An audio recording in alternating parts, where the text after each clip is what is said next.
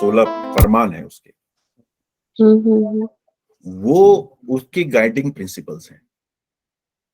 उसको समझकर उसके बेसिस पे फिर प्रेडिक्शन करनी चाहिए, फिर एनालिसिस करना चाहिए। होता क्या है कि उन पेजेस को साइड में रख के सीधे चले जाते हैं, चंद्रमा चौथे घर क्या परिणाम, पढ़ना शुरू कर देते हैं, ठीक है ना। तो उससे क्या होता है कि हम आधी अधूरी पिक्चर ले रहे हैं। अब जैसे क्या है, यहीं पे मैं एक एग्जांपल लेता हूं कि चंद्रमा चौथे घर में नहीं है, चौथे घर में मान लीजिए शनि बैठा है, ठीक है, मेलेफिक प्लेनेट हो गया। और चंद्रमा बाहर है, थर्ड में बैठा हुआ है या सिक्स्थ में बैठा हुआ है या एट्थ में बैठा हुआ है। तो अभी हमने क्या पढ़ा, उस केस में मतलब फोर्थ हाउस के नेगेटिव इम्पैक्ट नहीं आएगा। हाँ, नेगेटिव इम्पैक्ट नहीं आएगा, लेकिन किसी और वजह से आ सकता है। कहीं और कोई प्लेनेट बैठा हो, वो नेगेटिवली इम्पैक्ट कर सकता है, तो इसलिए वहां पे आ सकते हैं। तो अभी हम हाउस के कंटेक्स्ट में बात कर रहे हैं। ठीक है, अभी फिफ्थ हाउस शुरू करें। नीरज जी, क्या प्रश्न है आपका? सर, इसमें फोर्थ हाउस नेगेटिव इफेक्ट नहीं देगा या मून नेगेटिव इफेक्ट नहीं देगा? मून नहीं देगा। हाँ, सरिता जी। राम राम सर। राम राम जी। सर, मैं ये पूछना चाहती हूँ कि ये जो आपने कंडीशन बताई है कि सामने वाले भाव में कोई ग्रह होना चाहिए, तो ये फोर्थ हाउस के लिए है कि सारी कुंडली पे नहीं, ये मैंने उसके लिए बताया है कि यदि जुपिटर बैठा है फोर्थ हाउस में, जो कि उसका हाउस ऑफ एक्सॉल्टेशन है, वो एक्सॉल्टेशन के इफेक्ट तभी देगा अगर 10th हाउस में कोई प्लेनेट बैठा है। अगर 10th हाउस वेकेंट है तो जुपिटर अपने एक्सॉल्टेशन के फुल इफेक्ट नहीं दे पाएगा, अपने पोटेंशियल को फुल्ली यूज नहीं कर पाएगा। ठीक है सर, ये जुपिटर के लिए ही कंडीशन है बस? जुपिटर के लिए स्पेसिफिकली इसलिए यहां पे है फोर्थ हाउस के कंटेक्स्ट में, because it is considered to be the house of exaltation for Jupiter. ठीक है। और जनरली ऐसा ही है लाल किताब का कि अगर सामने वाले हाउस में नहीं है तो वो इफेक्ट डिले हो जाता है या फुल इफेक्ट नहीं मिल पाता है। अब हम चलते हैं सर। हाँ जी, बोलिए। तो सर, जैसे राहु के सामने तो हमेशा केतु होता है, तो फिर सबकी कुंडलियों में फिर सेम ही इफेक्ट होगा क्या? नहीं, वही तो बता रहा हूँ ना कि अलग अलग प्लेनेट की प्लेसमेंट भी देखनी पड़ेगी। अभी तो हम केवल हाउसेस को कर रहे हैं। ओके, ठीक है सर, ठीक है। अभी हम केवल हाउसेस को कर रहे हैं ना। हाँ जी। तो उसमें क्या बेसिक चीजें ध्यान रखने की हैं वो मैं आपको बता रहा हूँ अभी। ठीक है सर। ठीक है। मींस वो तो एडवांस होगा ना? हाँ, वो आगे मतलब वो तो वो जब आप प्लैनेट्स को जान जाएंगे तब की बात है जी। और बाकी हाउसेस को भी जान जाएंगे। अच्छा, अब हम आते हैं फिफ्थ हाउस पे, पांचवां घर। पांचवां घर क्या है? लाल किताब बहुत स्पेसिफिकली कहती है गुरु का ज्ञान, जिससे आप सीख रहे हैं उसका knowledge, extent of the knowledge he has और शी हैज। गुरु का ज्ञान, जो आपका गुरु है, जो आपका टीचर है, वो फिफ्थ हाउस बताता है। फिफ्थ हाउस तपस्या का स्थान है, तप का। लाल किताब फिफ्थ हाउस को, पांचवें घर को बताती है कि ये तपस्या का स्थान है। ये लड़के का, संतान का और उसकी संतान का भी, पोते का भी स्थान है। परंपरागत ज्योतिष में क्या है? फिफ्थ हाउस बेटा या बेटी, संतान, और नाइन्थ हाउस पोता या पोती। लाल किताब क्या कह रही है? फिफ्थ हाउस बेटे का भी है, यानी कि आपके नेक्स्ट जनरेशन का भी और सब्सिक्वेंट जनरेशन का भी, पोते का भी। एक और विशेष बात है, फिफ्थ हाउस एंसेस्ट्रल प्रॉपर्टी को भी बताता है। परंपरागत ज्योतिष में क्या है? Eighth house, ancestral property. यहां पर फिफ्थ हाउस एंसेस्ट्रल प्रॉपर्टी को भी इंडिकेट करता है। और इसमें जो वो है वास्तु की दृष्टि से या डायरेक्शन की दृष्टि से अगर कहें तो ये घर की ईस्टर्न वॉल के बारे में बताता है। आप जहां रह रहे हैं वहां की ईस्टर्न वॉल की क्या कंडीशन है। अब जब मैं आपको ये डायरेक्शंस बता रहा हूं ना, आप अपने घर के वो डायरेक्शंस देख लीजिए। वो अगर आपको लगता है कि नेगेटिवली अफेक्टेड है, वहां पे कोई प्रॉब्लम है उस डायरेक्शन में, इट मीन्स कि आपका वो भाव अफ्लिक्टेड है नेगेटिवली। पर एकदम रिजल्ट पे मत आ जाइएगा, मैं आपको एक फ्यूचर के लिए सूत्र दे रहा हूं। सो प्रॉब्लम कैसे विवेक जी, मतलब जैसे मैंने बोला कि ये 5th हाउस है, ईस्टर्न वॉल, तो आपके घर की ईस्टर्न वॉल देखिए। मान लीजिए एग्जांपल के तौर पे किसी के घर के ईस्टर्न वॉल में सीलन बहुत है, ओके, सपोजिटली नहीं होनी चाहिए, या कोई क्रैक है, ठीक है ना, या बहुत ज्यादा उस ईस्टर्न साइड में बहुत ज्यादा स्टैकिंग कर रखी है, तो ये उस वॉल को खराब कर रहे हैं। ईस्ट साइड सन की है, इट मींस कि जो ईस्ट में है वहां पे या तो सन खराब हो रहा है या 5th हाउस खराब हो रहा है। सर ईस्टर्न वॉल में कोई वास्तु दोष होना भी क्या वो डिस्क्राइब करेगा 5th हाउस खराब होना? वही है, वही मैं ये फ्यूचर के लिए सूत्र दे रहा हूं, इससे ज्यादा मैं बता नहीं रहा हूं। मैं आपको सूत्र दे रहा हूं कि जब डायरेक्शन बता रहे हैं तो ये आप अपनी कुंडली के साथ उस डायरेक्शन को एसोसिएट करके देखिए, ओके, आपको बहुत कुछ पता लग जाएगा। ठीक है ना।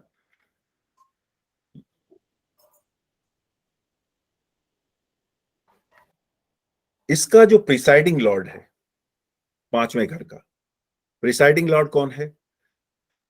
कालपुरुष की कुंडली में कौन सी राशि है? लियो सन है। सन इसका लॉर्ड हो जाएगा, तो प्रिसाइडिंग लॉर्ड सन तो होएगा ही होएगा।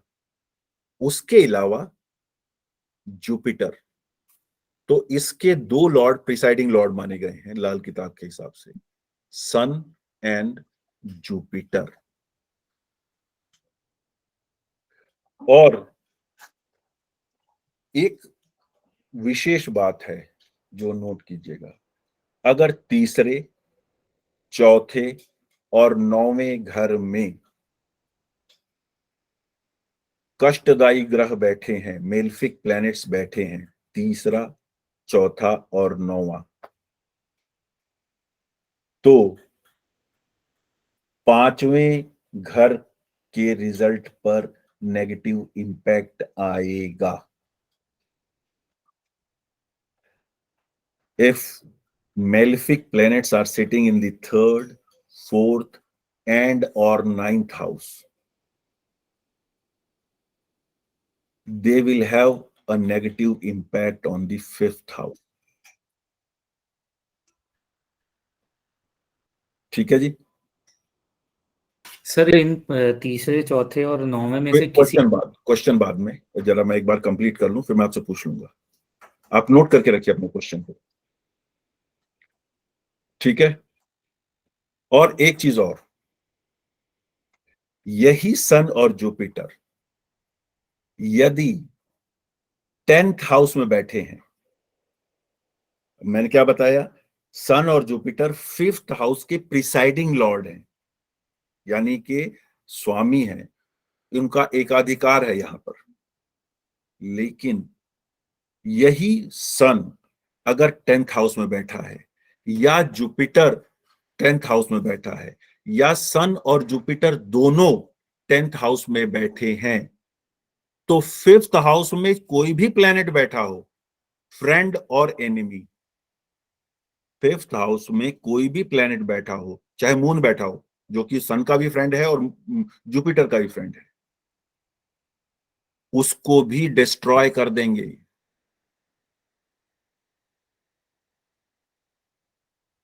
अब आप समझ रहे हैं इंपॉर्टेंट चीज क्या है।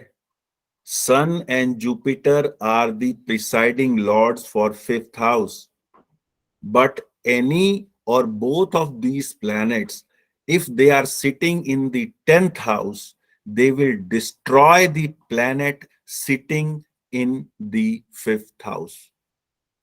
मतलब अगर ये 10वें घर में बैठे हैं तो इन्हें अपने घर में कोई भी प्लेनेट बैठा पसंद नहीं है, चाहे वो दोस्त ही क्यों ना हो। समझे आप? ये एक बहुत ही इंपॉर्टेंट चीज है। और उससे अधिक इंपॉर्टेंट चीज क्या है, वो ये कि इस हाउस का क्या टोटल रिजल्ट होगा, ये हाउस हमारी लाइफ में किस तरह रिफ्लेक्ट करेगा अपने इफेक्ट को, उसको देखने के लिए जुपिटर, सन, राहु, केतु, इन चारों प्लैनेट्स का जो रिजल्ट आपको अपने होरोस्कोप में मिलेगा एज पर लाल किताब कंसिडरेशन। अब लाल किताब से देख रहे हैं रिजल्ट और दूसरे सिस्टम को मत बीच में घुसा लीजिएगा। लाल किताब के हिसाब से सूर्य का, बृहस्पति का, राहु और केतु का जो प्रभाव होता है उसका सम टोटल ही 5th हाउस का प्रभाव होगा, या उसका सम टोटल रिजल्ट ही 5th हाउस का रिजल्ट होगा। और जब राहु और केतु आ गए तो आप समझिए कितना कार्मिक हाउस है ये 5th हाउस, कितना कार्मिक, क्योंकि राहु और केतु कार्मिक प्लेनेट हैं। और 5th हाउस में सूर्य और बृहस्पति जो कि इसके प्रिसाइडिंग लॉर्ड हैं, उसके अलावा राहु और केतु की कंडीशन भी इंपैक्ट करती है। इसका मतलब जब मैं कह रहा हूं कार्मिक प्लेनेट, इट मीन्स हमारा जो भी कर्म होता है वो सीधे सीधे 5वें भाव पे प्रभाव डालता है। कोई प्लेनेट उसको देख रहा है नहीं देख रहा है, प्लेनेट बैठा है नहीं बैठा है। इसीलिए कहते हैं यदि हम कोई भी गलत कर्म करते हैं संतान को भोगना पड़ता है। यहाँ पे ये चीज लाल किताब बहुत स्पेसिफिकली बोल दे रही है, किसी को समझना है तो समझ ले। 5th हाउस में बृहस्पति, सूर्य, राहु और केतु, इनका जो सम टोटल होता है उसका इंपैक्ट आता है। तो 5th हाउस को अगर आपको स्ट्रांग रखना है, पॉजिटिव रखना है, तो अपने कर्म को, जातक को अपने कर्म को बहुत सावधानी से करना चाहिए। वरना उसका जीवन अगर ठीक ठाक निकल भी गया व्यक्ति का तो संतान भुगतेगी, या संतान की वजह से वो उसको भुगतना पड़ेगा, कि संतान को ऐसा कष्ट हो जाएगा कि वो उसकी वजह से वो परेशान रहेगा। Rajinikanth style, mind it. अब इसके बारे में कोई प्रश्न? 5th हाउस, दिवाकर जी बोलिए। Yes sir. बोलिए। सर जो आपका कहना था बिल्कुल सही कहना था कि उसका जो इफेक्ट आता है संतान के ऊपर आता है। ये जी। चीजें हमने बहुत बार इसको अप्लाई किया, इसका रिजल्टेंट भी आती है। चाहे हम इसको वैदिक से भी देखते हैं, चाहे दूसरे रूप से भी देखते हैं, तो जो आपका जो कहना था बिल्कुल सही है। मेरा इस पे एक प्रश्न था कि आपका कहना था कि तीसरे हाउस में राहु, चतुर्थ में कोई मैलेफिक प्लेनेट और 9th में कोई बुरा हो तो आपका पंचम भाव अच्छा परिणाम देने में सक्षम नहीं हो पाता है। नहीं, मेरा ये कहना हम्म। था कि तो पंचम पे इसके उन प्लैनेट्स के बुरे परिणाम आएंगे, वो जैसे पंचम को नेगेटिवली इंपैक्ट करेगा। ठीक है। मतलब कि अगर ये संतान भाव है तो तीसरे, चौथे और 9वें ग्रह भाव में जो प्लैनेट बैठे हैं अगर वो मेल्फिक हैं तो वो संतान को परेशान करेंगे। ओके, जैसे मेरा पत्रिका में हाँ पंचम में सूर्य बैठा है, हाँ चतुर्थ में चंद्रमा है, तीसरे में राहु है, 9वें में केतु है हाँ। और चंद्रमा अमावस्या के रात का है। वो छोड़ दीजिए, अमावस्या का कोई कंसिडरेशन नहीं है, हाँ, वो छोड़ दीजिए। तो आपका राहु इस केतु हो गया तीसरे और 9वें में, आप ये कह रहे हाँ हैं ना। हाँ, हाँ तो वो क्या होगा, आपकी संतान पर, आपकी साधना पर, आपकी एंसेस्ट्रल प्रॉपर्टी पर, ठीक है, आपकी जो गुरु है उससे जो आपको नॉलेज ट्रांसफर हो रहा है उस पर, आपके सांस लेने में, वो कहीं ना कहीं इनमें से या इन सब में कोई ना कोई नकारात्मक प्रभाव देगा। ठीक आप है। समझ गए? हाँ समझिए। हर चीज को खराब करे ऐसा नहीं होगा। हाँ समझ गए। ठीक है मतलब ना? उसके रिलेटेड फील्ड में जो उस लाइफ स्टेज में होते रहेगा उससे रिलेटेड वो प्रॉब्लम क्रिएट करेगा। हाँ, वो मतलब जो फिफ्थ हाउस की सिग्निफिकेशन एज पर लाल किताब है, उन सिग्निफिकेशन को नेगेटिवली इम्पैक्ट दे सकते हैं। ठीक है सर, ओके, थैंक यू। हाँ जी, नीरज जी। नीरज जी। जी सर। सर जैसा आपने बताया था कि फिफ्थ हाउस और ईस्टर्न वॉल का कनेक्शन, मेरा सर फिफ्थ हाउस में राहु प्लेस्ड है और ईस्टर्न वॉल में कुछ डैमेज था, जो मतलब इस चीज को कंफर्म करता है जो आपने सूत्र भी बताया। राहु क्रैक है ना, राहु क्रैक है, जी क्रैक इन द वॉल। वो पता लग गया ना आपका कि पांचवें घर में दिक्कत है। जी। और सर बस। हाँ, जैसा बोलिए आपने बोलिए। बताया कि तीसरे, चौथे और नौवें भाव में अगर हाँ, इनमें से किसी में भी या तीनों में बैठा होना चाहिए कोई भी मैलेफिक। इन्हीं या तीनों में, अच्छा, एक में या ऑल तीनों। Any of these. हाँ, मतलब अच्छा तो मेरा, कहने का ये है कि तीसरे घर में कोई जो प्लेनेट बैठा है, अगर वो मेल्फिक है, या चौथे में बैठा है वो मेल्फिक है, या नौवें में बैठा है वो मेल्फिक है, तो जो भी तो अगर मेल्फिक प्लैनेट्स अगर यहाँ पे बैठे हुए हैं तो वो मेल्फिक इफेक्ट देंगे फिफ्थ हाउस को। फिफ्थ हाउस को, जैसे मेरा नाइन्थ हाउस में सूर्य बैठा है, हम्म। तो वो भी फिफ्थ हाउस को खराब करेगा एक तरह से। क्यों करेगा महाराज? सूर्य क्यों सूर्य करेगा? सूर्य को सर हम मैलिफिक, मतलब एक भाई तरह से। इसका प्रिसाइडिंग लॉर्ड है। हाँ, ओके सूर्य अगर 10th में बैठ गया है और 5th में कोई प्लेनेट बैठा है, तब सूर्य उसको नुकसान करेगा। ओके, मतलब ठीक है जैसे ना? अभी नाइन्थ में इसीलिए नहीं करेगा सूर्य क्योंकि फिफ्थ हाउस का प्रेजाइडिंग लॉर्ड है। अगर कोई और लॉर्ड है, मैलिफिक। और रूल रूल रूल पकड़िए ना, जो पंडित जी ने कहा है, जिन्होंने लाल किताब बनाई है, उन्होंने ये कहा है कि अगर 10th में बैठेगा, जी अगर 10th में बैठ रहा है, इसका मतलब कि सैटर्न का इंपैक्ट भी आ रहा है ना। 10th हाउस इज कैप्रिकॉर्न, जी जी। यानी कि जुपिटर और सन अगर सैटर्न के इंपैक्ट में आ गए तो 5th में चाहे उनका फ्रेंड भी बैठा हो उसको भी नहीं छोड़ेंगे। ओके, समझ गए?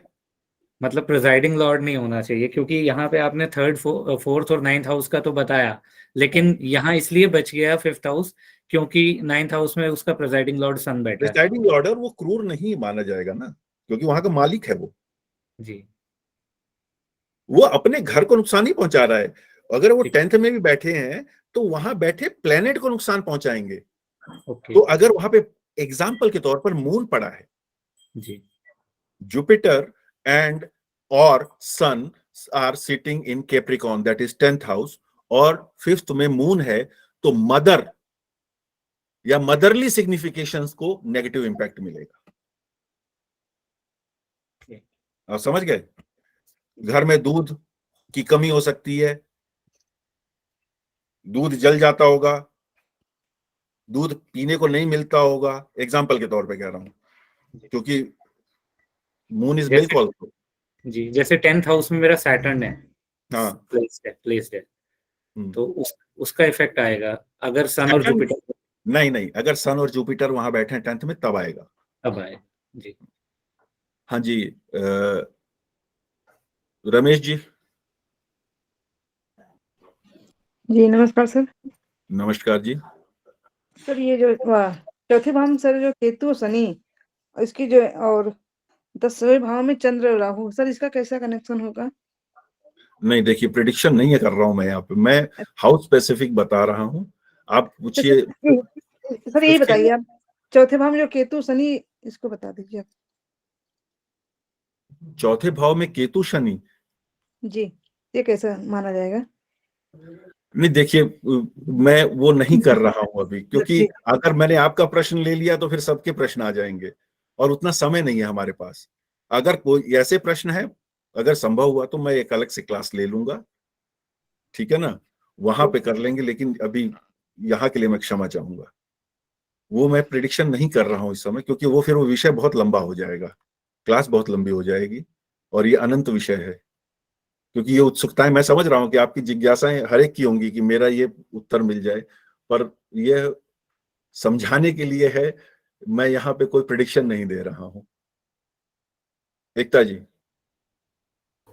सर अगर 9th हाउस में सैटर्न है तो वो भी सन को खराब करेगा? 9th हाउस में सैटर्न है, हाँ जी। हाँ, और सन सन को, 5th सन हाउस, को नहीं, 5th हाउस की सिग्निफिकेशन को सर सन 5th हाउस में ही है। हाँ, तो फिर वहां जी। पे नहीं, वो तो 5th हाउस की सिग्निफिकेशन को खराब करेगा, तो वो सन का इम्पैक्ट भी खराब होएगा ही ना, वो हाँ मतलब उस जी। तरीके से आप रिलेट कर सकते हैं। और अगर मिक्स प्लैनेट्स हो, बेनिफिक भी और मेलेफिक भी 3rd हाउस में, तो फिर क्या एवरेज रिजल्ट मिलेगा? 3rd, 4th और 9th में किसी भी हाउस में अगर कोई मेलेफिक बैठा है, वो 5th हाउस में अपना नेगेटिव इम्पैक्ट डालेंगे। बट सर वहां जो जैसे प्लेनेट बैठे हैं, जो जी 5th हाउस में प्लेनेट बैठे हैं, वो तो अपना रिजल्ट देंगे, जी। उनके रिजल्ट को नेगेटिवली इम्पैक्ट करेगा 3, 4 और 9 में बैठा हुआ मेलेफिक प्लेनेट। तो सर जैसे 3rd में मून भी है, वो तो बेनिफिक हो गया, और मार्स मार्स में मेलेफिक बेनिफिक हो गया। मानेंगे आप? बेनिफिक मानेंगे, हाँ बोलिए। बेनिफिक मानेंगे मार्स को भी? हाँ, ठीक है सर, हाँ जी। Mainly sun, sorry Saturn, Jupiter, sorry Saturn, Rahu and Ketu. Okay, ठीक है सर, हाँ जी, thank you. Divakar ji. Sir इसमें एक लास्ट मेरा प्रश्न था कि जैसे अभी आपने कहा कि मून यदि 5th हाउस में हो तो माँ को कुछ रिलेटेड प्रॉब्लम्स देखने को मिलती हैं। मून अगर 5th हाउस में हो तो अगर सन हाँ, या जुपिटर या सन और जुपिटर दोनों 10th हाउस में बैठे होंगे, तब आएगा। तब यदि जैसे हम एक बात पूछना चाहते हैं कि इसमें जी, हम लोग चलित कुंडली या इसको अप्लाई करेंगे कि सिर्फ लगन चार्ट जो होगा सिर्फ उसी केवल फिक्स लग्न, है? केवल लग्न करेंगे। और अगर मून 5th हाउस में बैठा हुआ है ना, तो उसका जो रिजल्ट आता है वो ये आएगा कि हम्म वो फील्ड में पढ़ाई करेगा, जातक हम्म नेटिव जिस हम्म फील्ड में स्टडी करेगा, उस फील्ड में करियर नहीं बना पाएगा। ओके।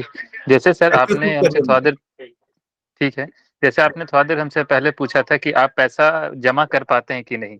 हाँ कुछ समय पहले मैं पैसा बचा नहीं पाता था, एक भी रुपया, हाँ, ठीक है, बट कुछ हमने रेमेडीज किया, उसके बाद से मेरे पास पैसा बड़े अमाउंट में जमा होने लगा। अच्छी बात है, चलिए मतलब रेमेडी क्या कर लिया आपने ना, गुड। हाँ, उसके बाद से होने लगा, मैं उसके पहले नहीं होता था, 2015 से पहले। ठीक है, अच्छी बात है। Okay okay. हाँ मधु जी बोलिए। अभी जैसे नीरज जी ने कहा कि हमारी आवाज बहुत धीमी है, आवाज बहुत धीमी है आपकी। अभी जैसे जी ने कहा कि हमारी ईस्ट वॉल पे तो अगर वो अपनी वॉल को रिपेयर करा लेते हैं, that means doing remedy. Yes. Okay. Ajit, sir जैसे अभी आपने बोला कि जिस चीज में बंदा अपने एजुकेशन करेगा वो अपना कैरियर नहीं बना पाएगा, एक बार दोबारा बताइए सर। वही तो, बस इतना ही है कि अगर मून 5th हाउस में है तो लाल किताब ये कहती है कि आप करियर उस फील्ड में नहीं बनाएंगे जिसमें आपने पढ़ाई की है। आप पढ़ेंगे इंजीनियरिंग और कर रहे होंगे मनियारी का धंधा, जी जी जी। या इंजीनियरिंग पढ़ी लेकिन बैंकर बन गए आप, फाइनेंस का काम करना शुरू कर दिया आपने, ठीक ठीक, समझे ना, जी। वो फील्ड नहीं रहेगी। और अगर वो रहेगी तो फिर वो व्यक्ति कंफर्टेबल नहीं रहेगा उसमें। हाँ जी, और कोई प्रश्न तो नहीं है, चलिए ठीक है, आगे चलते हैं। 6th house, 6th house natural sign कौन सा है? वर्गो। वर्गो। ये इसको पाताल की दुनिया कहा है, पाताल की दुनिया। इसका मतलब क्या है? यहां पे बहुत कुछ छुपा हुआ है, हिडन होता है। परंपरागत ज्योतिष में इसको कहते हैं हाउस ऑफ पेंडिंग कर्म। वो कर्म जो हमने पिछले जन्म में अपने किए गए कर्मों के कारण अर्जित कर लिए हैं और पूर्ण नहीं कर पाए, उसको करने के लिए है। तो उसी को ये इंडिकेट कर रहा है कि ये जो है पाताल की दुनिया है, मतलब अंदर रहस्य है इसमें। और ये वह घर भी है जहां खुफिया मदद मिलती है। लाल किताब के हिसाब से यहां पे इस घर में से या इस घर की एक सिग्निफिकेशन ये है कि आपको खुफिया मदद मिलेगी, यानी कि आपको कई बार उस सेक्टर से हेल्प मिलेगी जहां से लीस्ट एक्सपेक्टेड होगा, या उस सिचुएशन में हेल्प मिलेगी जब आपको लगता है कि मुझे कोई हेल्प करने वाला नहीं है। तो ये 6th हाउस की सिग्निफिकेशन है। और इसका प्रिसाइडिंग लॉर्ड कौन है? प्रिसाइडिंग लॉर्ड यहाँ प्लैनेट मरकरी कौन है? मरकरी। मरकरी तो है ही है, क्योंकि ऑब्वियसली वो वर्गो का लॉर्ड है। और एक और है केतु। सैटर्न। केतु को भी यहाँ का प्रिसाइडिंग लॉर्ड बनाया गया है। और मार्स हो लाल सकता है कि नहीं? हाँ, मार्स मार्श नहीं, मार्श नहीं है। मतलब मैं तो वो बता रहा हूँ जो पंडित जी ने लिखा है, उसमें हमें कुछ अज्यूम नहीं करना है। लाल किताब के अपने जो फंडामेंटल्स हैं हम उन पे स्टिक करेंगे, ठीक है ना। पंडित रूपचंद जोशी जी ने जो चीज बोला है तो उसी को मानेंगे, क्योंकि भाई सीधी सी बात है, मैं अगर आयुर्वेद पढ़ रहा हूं तो मुझे तो फिर चरक और सुश्रुत को पढ़ना है, मैं हिपोक्रेटिस को नहीं पढ़ूंगा। सही है। ठीक है ना। तो वही चीज यहां पर है। और यहां पर जो इफेक्ट है, कलेक्टिव इफेक्ट 6th हाउस का क्या होगा, उसको देखने के लिए हम मरकरी, केतु और वीनस का कलेक्टिव रिजल्ट देखते हैं। मरकरी कैसे बिहेव कर रहा है, केतु कैसे बिहेव कर रहा है, और वीनस कैसे बिहेव कर रहा है किसी के भी चार्ट में, उसका जो सम टोटल होगा वही 6th हाउस का रिजल्ट होगा।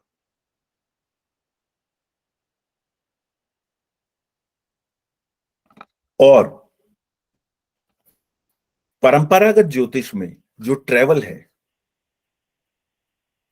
शॉर्ट डिस्टेंस ट्रेवल है, जिसको हम फिर सरफेस ट्रेवल कह सकते हैं या ट्रेवल बाय रोड कह सकते हैं, वो कहां से बताता है?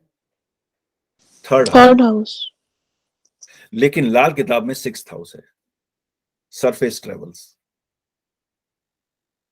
लाल किताब में सरफेस ट्रेवल्स 6th हाउस से पता लगता है। और ब्यूटी यहां पर यह है कि अगर ये हाउस वेकेंट रहता है तो अच्छा माना जाता है, मतलब ये उनका कहना है पंडित रूपचंद जोशी जी का।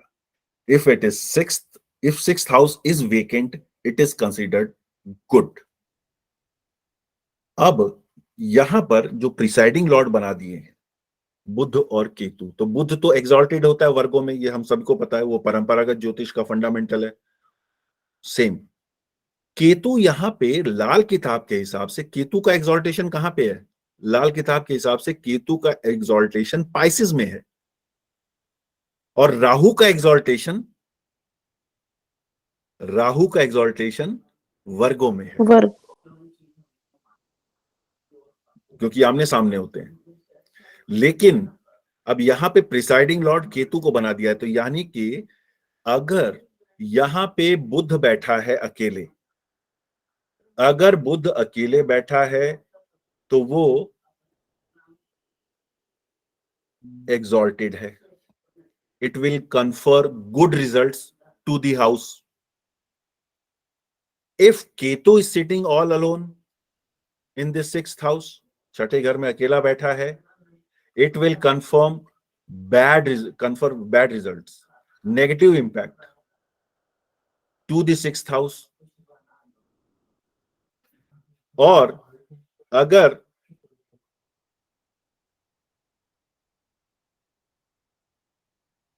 और अगर और अगर बुध और केतु एक साथ हैं, then they will give excellent result, तब रिजल्ट पॉजिटिव हो जाएगा। अकेले में एक का रिजल्ट पॉजिटिव है, एक का नेगेटिव है। बुध पॉजिटिव है, केतु नेगेटिव है। लेकिन अगर दोनों इकट्ठे हैं 6th हाउस में, दे विल गिव एक्सीलेंट रिजल्ट। तो बुध और केतु अगर इकट्ठे होंगे यहां पर, तो यहां पे ये दिक्कत करेंगे या वो अच्छा करेंगे, कोई प्रॉब्लम नहीं होगी। अब इससे समझने वाली बात क्या है कि अगर अकेले राहु और केतु हैं तो बेस्ट उनकी प्लेसमेंट क्या है? अकेले राहु और केतु, 6-12। हाँ, राहु की बेस्ट प्लेसमेंट है 6th हाउस और केतु की 12th हाउस, लाल किताब के हिसाब से। तो जिनके भी चार्ट्स में अगर केतु 12th में बैठा है, अकेला है, और राहु 6ठे में बैठा है, अकेला है, बहुत बढ़िया, राहु केतु अच्छे हैं। Till the time you don't say a बैल मुझे मार, ये हमेशा ध्यान रखिएगा।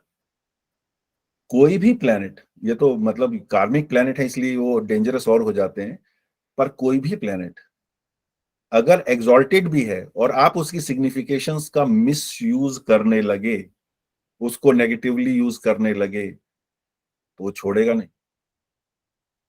सजा देने की क्षमता, अधिकार और योग्यता हर ग्रह में है।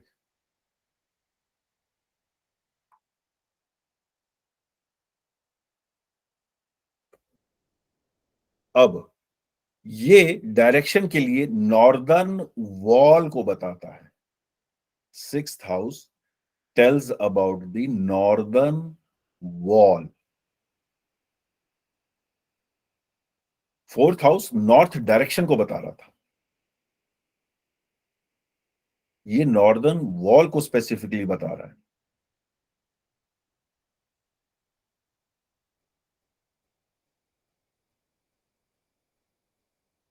ठीक है, तो ये था 6ठे घर के बारे में, राहु केतु, बुध केतु, बुध राहु। यानी कि राहु अगर 6th हाउस में होगा एग्जॉल्टेड का इफेक्ट देगा, केतु 12th में होगा एग्जॉल्टेड का इफेक्ट देगा, मरकरी 6th में बैठा होगा एग्जॉल्टेड का इम्पैक्ट देगा। Mercury and Ketu together in 6th house, they will give excellent result. हाँ जी, क्वेश्चन सरिता जी।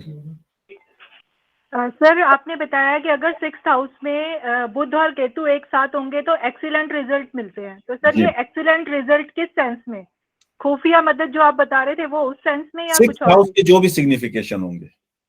अच्छा, हाँ, और सर अगर इनके, हाँ जी हाँ जी हाँ जी हाँ जी, बोलिए, आप बोलिए। सरफेस ट्रेवलिंग है, तो अगर सरफेस ट्रेवलिंग कर रहे हैं आपको कोई दिक्कत नहीं आएगी। 6th हाउस लोन्स का भी होता है, अगर हम वैसे देखें अच्छा, तो आपको लोन मिलने में कोई दिक्कत नहीं होगी, आपकी क्रेडिट रेटिंग अच्छी होगी, हम ये इन्फर कर सकते हैं उससे। ठीक है ना, आपके शत्रु नहीं होंगे उतने। लेकिन सर होते हैं शत्रु तो होते हैं तो फिर वो मैनेज हो जाएंगे। और फिर वही बात है कि ये तो हम